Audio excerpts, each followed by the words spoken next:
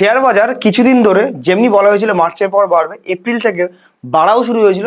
Last দুদিন ধরে একটু ভয় সবার মনে এসছে যে আবার কি একটা হায়ার হাই লাগে, আবার কি ডাউনের দিকে তো আসছে সত্যিকারের। 24,100, 24,200-র কাছাকাছি তার মাঝখানে ক্লোজ করেছে। এটা কি আবার 24,000 ভেঙে সেই 22 বা 23,000-এর দিকে যাবে?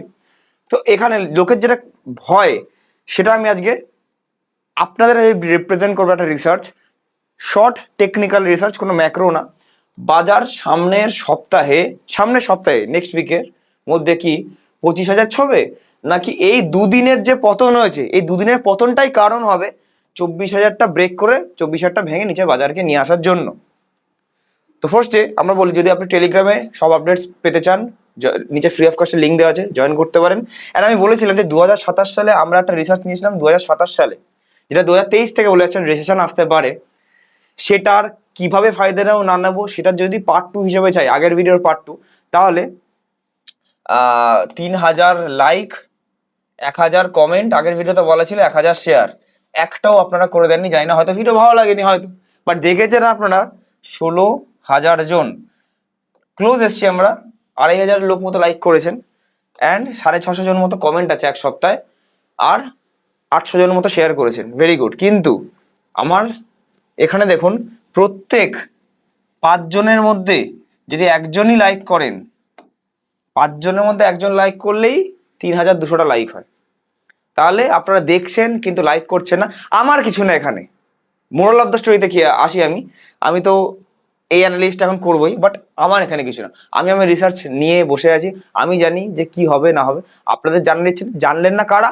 আপনারাই। নাহলে ওই ভিডিওটা কিভাবে ফায়দা নেবেন, কখন ফায়দা নেবেন, ভিডিওটা আজকে আপনারা পেলেন না, কিছু করার নেই, ঠিক আছে?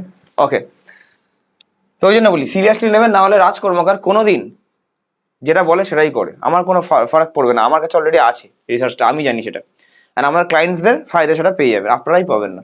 আচ্ছা, নিফটি লেভেলে যদি আমি ডেলি চার্টে যাই, আমরা জানি ফার্স্ট অফ অল রিলায়েন্স ইন্ডাস্ট্রিজের মতো শেয়ার আজকে 1.5% মতো ডাউন হয়েছে, এইচডিএফসি ব্যাংকের মতো শেয়ার 2% মতো ডাউন হয়েছে, আইটি ইন্ডেক্স আগের দিন 5% ডাউন হয়েছে। তাই জন্য আমরা নিফটিতে একটু প্রেশার দেখেছি, যদিও বা ব্রডার মার্কেটে স্মল ক্যাপ মিড ক্যাপে অত দেখিনি, বাট নিফটি লেভেলে আমরা দেখেছি, যেটাকে মেইন ইন্ডেক্স বলা হয়, নিফটি অ্যান্ড সেন্সেক্স, আজকের দিনে 1% ডাউন, কালকেও অ্যাপ্রক্স 1% মতো ডাউন ছিল। তো এখানে আমরা দেখতে পাচ্ছি ডেলি চার্টে যদি দেখি, ডেলি চার্ট অতটা কিছু বোঝাচ্ছে না। ডেলি চার্ট নর্মাল স্ক্যাটার্ড ওয়েতে আছে, এখানে একটা গ্যাপ আছে, এখানে একটা গ্যাপ আছে, গ্যাপগুলো ফিল করতে আসবে, এখন আসবে, পরে আসবে, হোয়াট এভার, সেটা নিয়ে আজকে ভিডিও না। আমার ভিডিও হচ্ছে সামনের দিনের জন্য, ঠিক আছে?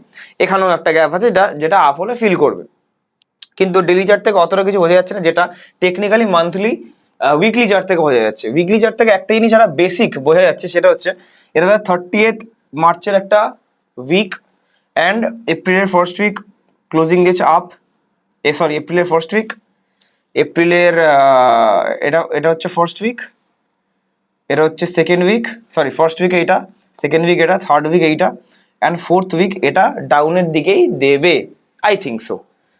এবার এটা একটা হওয়া উচিত, মাঝখানে রেড ক্যান্ডেল হওয়া একটা উচিত। কেন? বিকজ একদম বেসিক্সে যদি আমরা চলে যাই, তাহলে আমরা এটা জানি যে প্রত্যেকবার যে আপ ট্রেন্ড হয়, এই যে আপ ট্রেন্ড যে শুরু হয়েছে এখান থেকে, দেখুন একটা ক্যান্ডেল, দুটো ক্যান্ডেল, তিনটে গ্রিন, 4 নম্বরটা রেড, বাট আবার দেখুন আপ ট্রেন্ডের মানেই হচ্ছে রেড ক্যান্ডেল মাঝখানে এক আধটা হতেই হবে। যেমনি ডাউন ট্রেন্ডে মাঝে মাঝে অল্প অল্প গ্রিন ক্যান্ডেল হয় না, আশা দেয় যে উপরে যাবে, বাট আলটিমেটলি ট্রেন্ডটা ডাউন। এই জন্য উল্টোটাও আপনাকে ভাবতে হবে যে আপ ট্রেন্ডে মাঝে মাঝে আশা দেবে যে নিচেও যাবে, অ্যান্ড এটাকে নিয়ে চলে যাবে উপরে।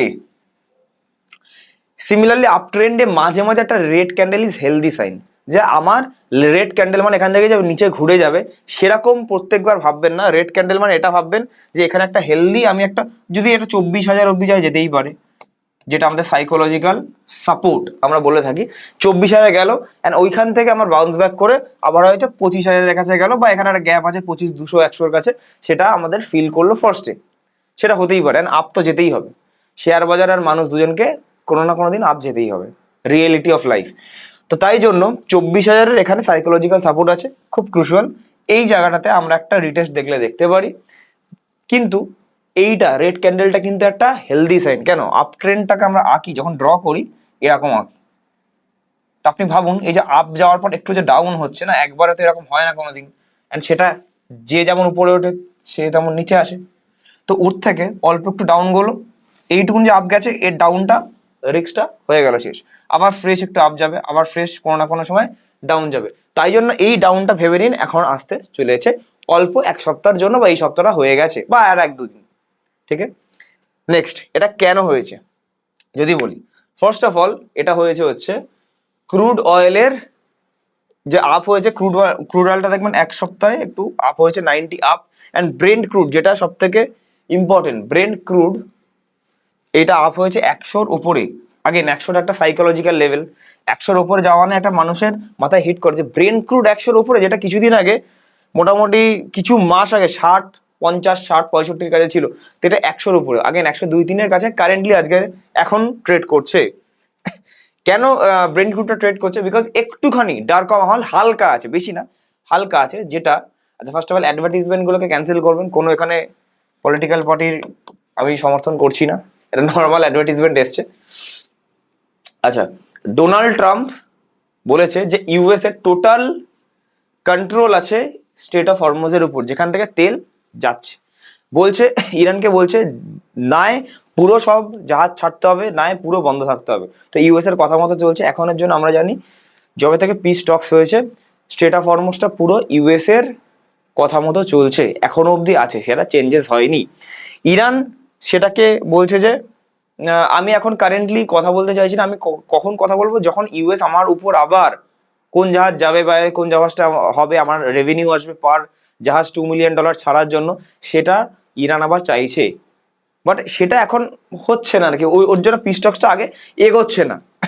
আমার কি মনে হয় সেটা আমি বলবো সামনে, আর ভিডিওর মাঝখানে একটা অ্যানাউন্সমেন্ট আছে সেটা আমি বলবো আপনার ভালোর জন্য।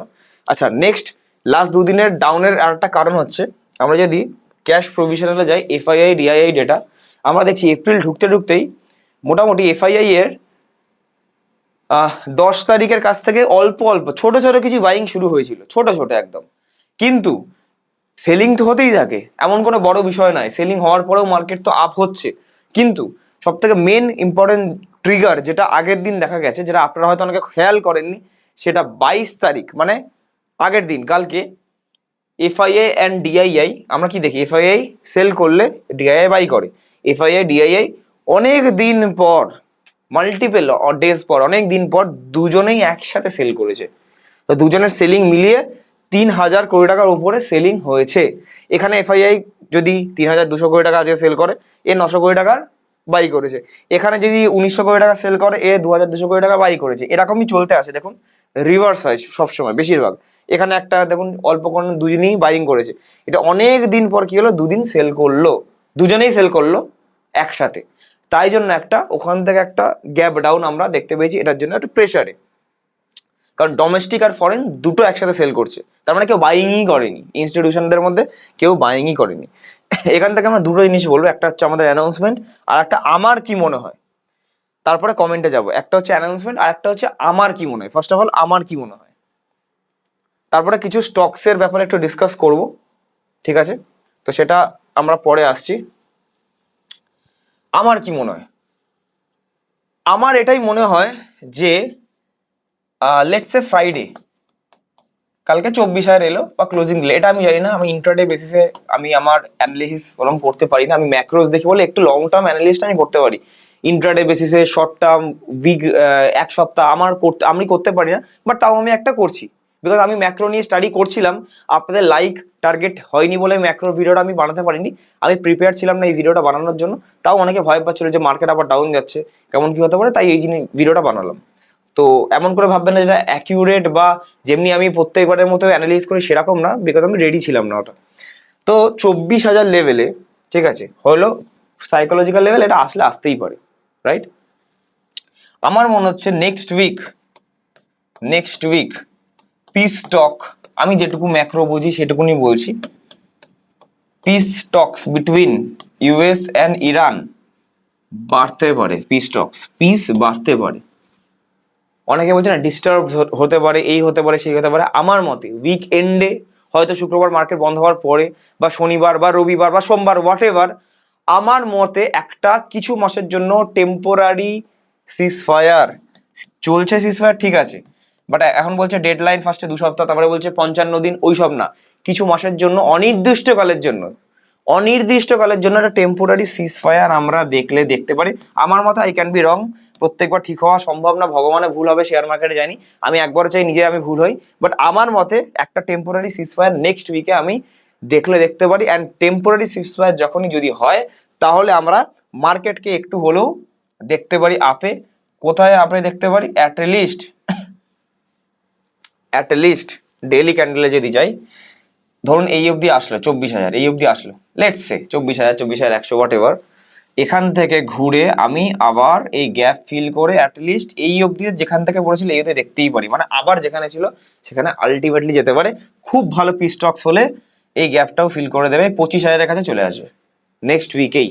বলছি না তাই বলে 25,000 যাবেই সেটা বলছি না, বাট আমার মতে ডাউন সাইডের জিনিসটা খুব লিমিটেড, ডাউন সাইডটা 24,000, 23,900, ওই অ্যাপ্রক্সিমেট প্লাস মাইনাস যখনই যা লেভেল বলবো প্লাস মাইনাস 200-300 পয়েন্ট করে নেবেন, ঠিক আছে, এক্সাক্ট লেভেল হয় না ওরকম।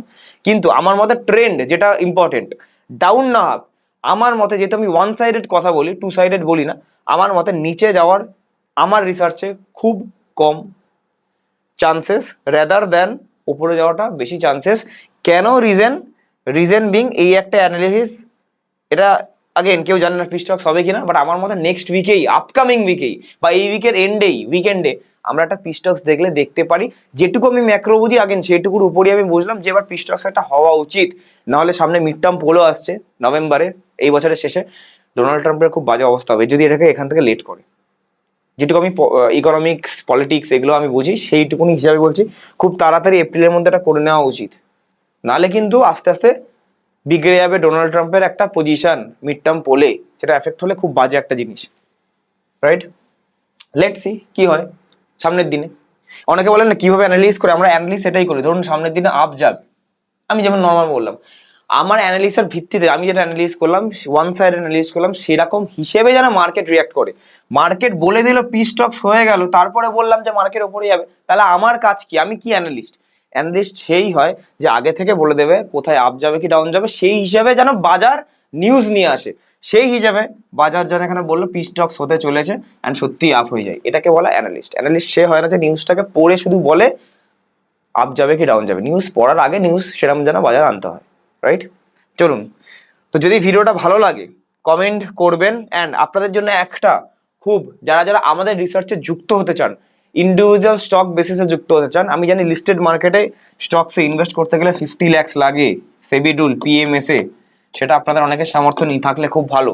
আমাদের, আপনারা বলতে পারেন এই রিসেশনটা আসছে এর জন্য কারা কারা ফায়দা করতে পারে, সেই ভিডিওটা আপনার লাইক টার্গেট দেয়নি সেটা আলাদা ব্যাপার, তাই জন্য বানাইনি, কিন্তু আপনারা ফায়দা নিতে পারেন সকলে। আমাদের রিসেশনের সময় যে স্টকস গুলো বাড়বে, ধরুন রিসেশনের সময় প্রত্যেকবার মার্কেট পড়ে, বাট কোনো জিনিস তো বাড়বে, যেমনি ক্রুড অয়েল বাড়বে বা অনেক কিছু সেগমেন্ট বাড়বে, তার স্টকস গুলো হু করে বাড়বে, সেইগুলোতে আমরা প্রি আইপিও স্টকস, যেটা আমাদের নন ক্লায়েন্টস, যারা ক্লায়েন্ট আমাদের না, যাদের মিউচুয়াল ফান্ড আমি কিছু ম্যানেজ করি না, বন্ডস মিউচুয়াল ফান্ড ম্যানেজ করে, তাদের জন্য 5 লাখ দিয়ে শুরু, আর ক্লায়েন্টসের জন্য 3 লাখ দিয়ে শুরু, যদিও 5 লাখ থাকলে খুব ভালো হয়, 10 লাখ থাকলে খুব ভালো হয়, তাহলে ভালো পোর্টফোলিও বানানো যাবে, অনেক স্টক কেনানো যাবে, একসাথে ডাইভার্সিফিকেশন অ্যান্ড রিস্ক কমে যাবে। কিন্তু আমাদের রিসার্চ তৈরি হচ্ছে 15th মে অফ এই বছর, 15 মে 2026-এ তৈরি হচ্ছে, তো 20 দিন আছে, তারপরে 15th মে থেকে 4 থেকে 5 মাস অবধি, মানে জুলাই আগস্ট অবধি টাইম থাকবে পুরোপুরি কি করতে, টাইম থাকবে পুরোপুরি এন্ট্রি করার জন্য। যদি ফ্রেশ টাকা থাকে ঠিক আছে, নাহলে যদি আমাদেরকে স্ক্রিনশট অফলাইনে অ্যাপয়েন্টমেন্ট নিয়ে বা অনলাইনে ফোন করে নিচে দেওয়া নাম্বারে স্ক্রিনশট পাঠিয়ে দিতে চান যে আমার কাছে এই স্টকের পোর্টফোলিওটা রাজ একটা করে বলো কখন ছাড়বো রিসেশনের আগে, সেটাই আপনি এখানে ঢোকাবেন, যদি সেই কমিটমেন্ট থাকে তাহলে আমরা কি করব, তাহলে আমরা করবো। একবার আমরা যদিও বলবো না, কারণ আমরা দেখলাম একবারে বলে দিলাম তাহলে কেউ কিনলোই না, ওই রকম না, রিসার্চটা যে নিতে চাইবে একটা স্টক বলবো সেই হিসেবে আর কি হবে, স্টক বেসিসে হবে, ঠিক আছে না? তো 15th মে আমাদের রিসার্চ রেডি হচ্ছে, আগে থেকে বলছি যারা নাম বলে রাখবেন 14ই মে এর মধ্যে, তারা ক্যাপিটাল ওয়াইজ আমরা ফোন করে বলবো এই ডেটে আমার ক্যাপিটাল লাগবে, সেই হিসাবে আমরা অ্যালোকেট করবো। আপস্টক, জিরোধা, গ্রো যা খুশি ইউজ করতে পারেন, আপনার সেই স্টেটমেন্ট আপনি লিখে নিতে পারবেন। যদি মিউচুয়াল ফান্ডে ইনভেস্ট করতে চান, অন্য কোনো অ্যাডভাইজারের অ্যাডভাইস পাচ্ছেন না ভালো, মার্কেটে সামনে যদি রিসেশন আসে ভুলভাল হয়ে যাবে, 50% পড়ে যাবে, তাহলে এনজে ওয়েলথের অ্যাকাউন্ট থাকতে হবে, না থাকলে ক্রিয়েট করে দেবো আমরা, আর নিচে দেওয়া নাম্বার কন্ট্যাক্ট করে ডিটেলস জেনে নেবেন। জাস্ট একবার জেনে নিই, যেমনি এই যে মার্কেট 2 বছর আগে কেন আমি প্রি আইপিওর উপর করছি, দুটো রিজন আছে। একটা হচ্ছে ফার্স্ট অফ অল, যেগুলো সার্চ করলে আপনি জিরো ধাপ স্টকস নিজে থেকে কিনতে পারবেন না। এই লাস্ট 2 বছরে প্রত্যেকটা প্রি আইপিও যেগুলো আমাদের ট্র্যাকে আছে, প্রত্যেকটা প্রি আইপিও মার্কেটটা 1.5-2 বছরে জিরো রিটার্ন বা মাইনাসে রিটার্ন দিয়েছে। একটা টিসিএস এর মতো stock 50% down, but pre IPO stocks FII DII sell করতে পারে না, অ্যান্ড ভালো ফান্ডামেন্টাল থাকলে বাড়তে বাধ্য। যেমনি পরাগ পরীক্ষা শেয়ার নভেম্বর 2024 আমাদের রিসার্চ করা শেয়ার 4860 যাদের কিনিয়েছিলাম, এখন কারেন্টলি আজকের ডেটে সার্চ করে দেখবেন 19,000-এর কাছে চলছে, 18-19,000 চলছে। 5 গুণ হয়ে গেছে 1.5 বছরেই, ট্রাম্প জেতার পর থেকে। এনএসি শেয়ার আমি নিজে দেখিয়েছি আমাদের ব্যাকআপ চ্যানেলে যে 800 টাকায় কিনে 1800 বেচেছি, কারেন্টলি 2000 টাকায় চলছে, 2000 না 2100 টাকায় চলছে, এরকম কিছু একটা। এই বছরই লিস্ট হবে। তো আমরা কি জানি, এই লিস্টেড শেয়ারেই ধরুন আমি করছি লিস্টেড। এটা কি এনএসি কে এখন বাজে শেয়ার? বিএসসি তো লিস্টেড আছে, বিএসসি তো কোনো সময় আনলিস্টেড ছিল। এটাই যখন লিস্টেড হয়ে যাবে তখন কি আপনি মেহেঙ্গা ভ্যালুয়েশনে পাবেন, আর কিছু না। আমি কি করছি, লিস্টেডে যেতে গেলে 50 লাখ লাগছে, আমরা 6 to 8 মান্থস আগে প্রি আইপিওতে বা আনলিস্টেড অবস্থায় ঢুকিয়ে দিচ্ছি, অ্যান্ড তখন সেটা লিস্টেড হয়ে যাচ্ছে। দেখুন 5 লাখ টাকা দিয়েই কিন্তু আমি লিস্টেডে তাহলে ট্রেড করতে পারছি, বাট 5 লাখ টাকা দিয়েই লিস্টেড মার্কেটে আমি ঢুকে যেতে পারছি, জাস্ট 6 মাস আগে ঢুকে যাচ্ছি, যেটার কোনো বাউন্ড নেই, যেটা অনলি 5 লাখ টাকা মিনিমাম রাখতে হয়। তো এটা আমি লুপ হোল ইউজ করছি, কিছুই না, রাইট? এবার তখন এটা যখন লিস্টেড হয়ে যাবে, তারপরে এনএসি 1-2 বছর পর যখন ছাড়বো, ওটা তো লিস্টেড অবস্থাতেই ছাড়বো, আমরা বলবো তো লিস্টেডের উপরেই রেকমেন্ডেশন হলো না, সেরকম ভাবে জিনিসটা হয়। তো যাই হোক, যারা যারা ইন্টারেস্টেড হবে আই ডোন্ট নো, কিন্তু আমি আপনাদের বলার কর্তব্য যে এরকম আমরা টাটা টেকনোলজিসে আমরা 400 টাকায়, আমরা সিন্স উই ইনিশিয়েটেড কভারেজ 400 টাকায় আমরা কিনিয়েছিলাম, অ্যান্ড লিস্টিং হতে হতেই 1200 টাকা হয়ে গেছে, 3 গুণ, 3x, 3 গুণ হয়ে গেছে লিস্টিং হতে হতেই। অ্যান্ড লিস্টিং যেদিনকার হয়েছে টাটা টেক, কেউ 1300-1400 পাননি, আইপিও পাননি বলে কিনেছেন, দেখুন তারা দেখুন আজকে সার্চ করবেন 550 টাকার কাছে চলছে। আধা আধা কি 60-70% ডাউন হয়ে গেছে। তাহলে প্রফিট কার হলো?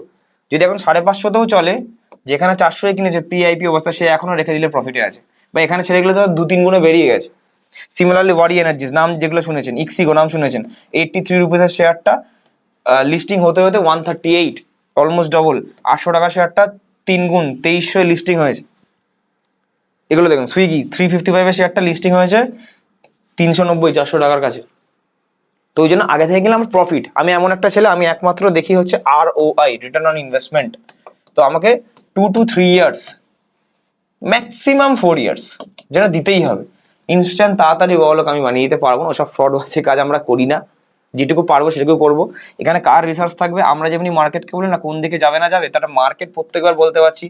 2 থেকে 3টে বা 5টা স্টক কোথায় যেতে পারবে ইন্ডিভিজুয়াল বেস, সেটা বলতে পারবো না। সেই রিসার্চ আমাদের থাকবে।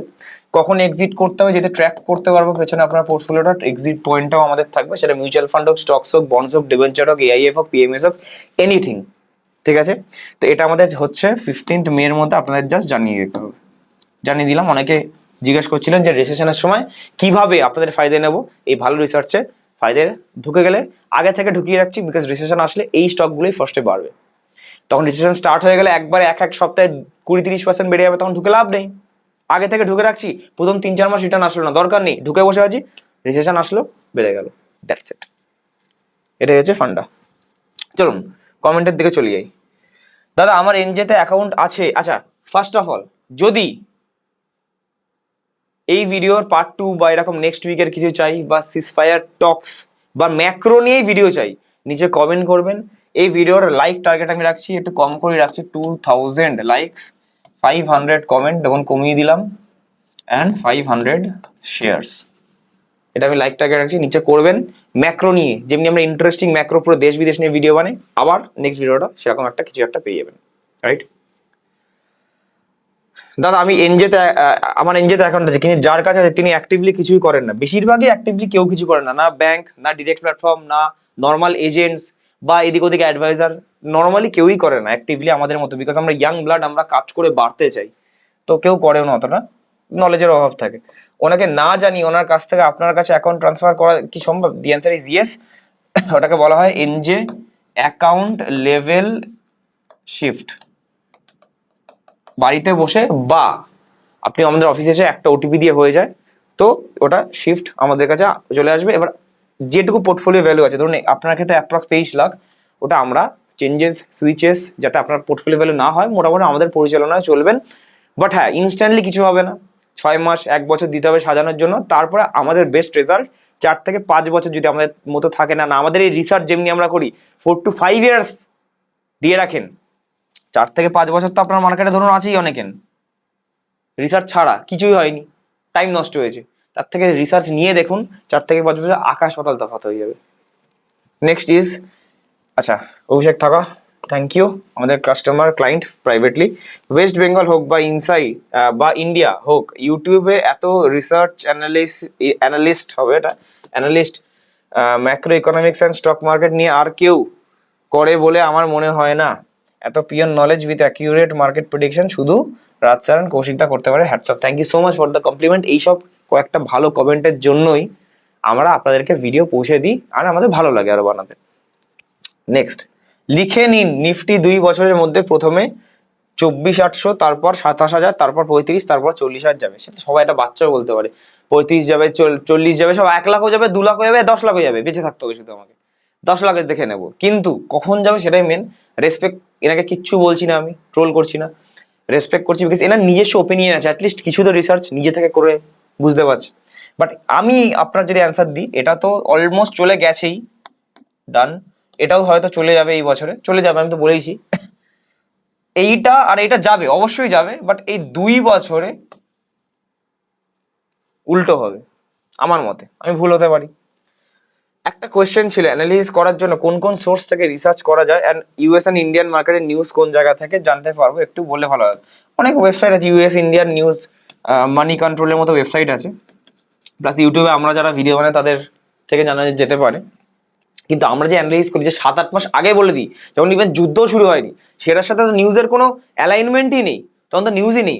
আমাদের রিসার্চটা আলাদা রকম, আমরা আগে মার্কেট বলি, ধরুন ডাউন যাবে, ডাউন গিয়ে এপ্রিল থেকে আপ যাবে, মার্কেট এমন ভাবে রিয়াক্ট করে আমাদের অ্যানালিসিসের উপর, ধরুন এখানে যুদ্ধ নিয়ে এনে নিল, এখানে যুদ্ধ সিজ ফায়ার করে দিল, আমরা আমাদের অ্যানালিসিসের মতো মার্কেট চলে।